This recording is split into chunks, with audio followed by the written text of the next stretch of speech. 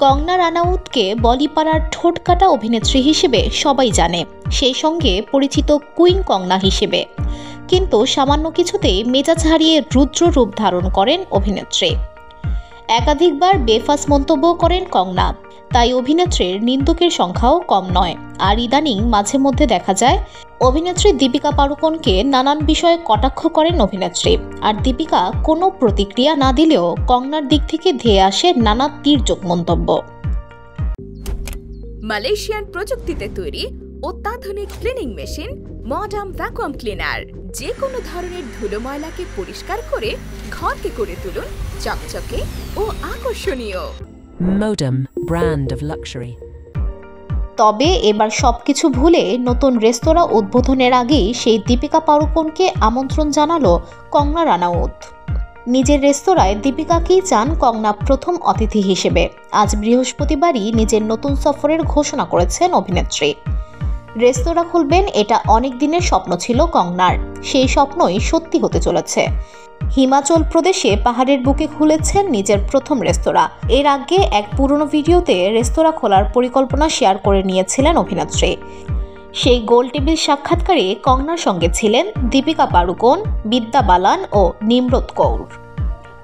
সাক্ষাৎকারে কঙ্গনার রেস্তোরাঁ খোলার পরিকল্পনা শুনেই দীপিকা জানিয়েছিলেন সেই রেস্তোরাঁর প্রথম অতিথি তিনিই হবেন।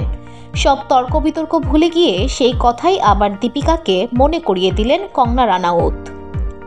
সেই পুরনো সাক্ষাৎকারে অভিনেত্রী বলেছিলেন, আমি একটা রেস্তোরাঁ খুলতে চাই। সারা বিশ্বের নানা রকমের খাবার থাকবে সেই রেস্তোরাঁয়।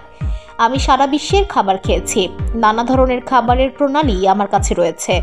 কোনো একদিন আমার নিজের একটা খুব সুন্দর ক্যাফে দেখতে হবে। খাবারের ব্যাপারে আমার বিশেষ আগ্রহ রয়েছে। এই শুনেই দীপিকা বলে উঠেছিলেন, আমি তোমার রেস্তোরাঁয় প্রথম অতিথি হব। ধুলো ময়লা ও ক্ষতিকর ধূলিকণা থেকে নিমিষেই মুক্তি দেয় চৌধুরী এয়ার পিউরিফায়ার। এর শক্তিশালী সাকশন ঘরের কোনায় কোনায় লুকিয়ে থাকা সকল ধুলা টেনে ফিল্টার করে এবং বের করে আনে নির্মল ও স্বাস্থ্যকর হাওয়া। সেই পুরনো ভিডিও কঙ্গনার এক অনুরাগী সামাজিক মাধ্যমে শেয়ার করে নেন। সেই ভিডিও দেখেই কঙ্গনা মনে করিয়ে দেন দীপিকাকে। নিজের ইনস্টাগ্রামে একটি স্টোরি শেয়ার করে নিয়ে সেখানে দীপিকাকে ট্যাগ করেন অভিনেত্রী। তবে দীপিকার তরফ থেকে আসেনি কোনো প্রতিক্রিয়া। আজ বৃহস্পতিবার কঙ্গনা তার রেস্তোরাঁর বেশ কিছু ছবি শেয়ার করে নিয়েছেন। বরফাবৃত সেই ক্যাফের ছবি মুহূর্তে ভাইরাল হয় সামাজিক মাধ্যমে। আগামী 14 ফেব্রুয়ারি ভালোবাসা দিবসে অর্থাৎ ভ্যালেন্টাইন্স ডেতে এই রেস্তোরাঁ চালু হচ্ছে। আর সেদিনের প্রধান অতিথি হিসেবে অভিনেত্রী দীপিকা পাড়ুকোনের উপস্থিতির অপেক্ষায় কঙ্গনা রানাউতের ভক্ত অনুরাগীরা। VOD Bangla news desk.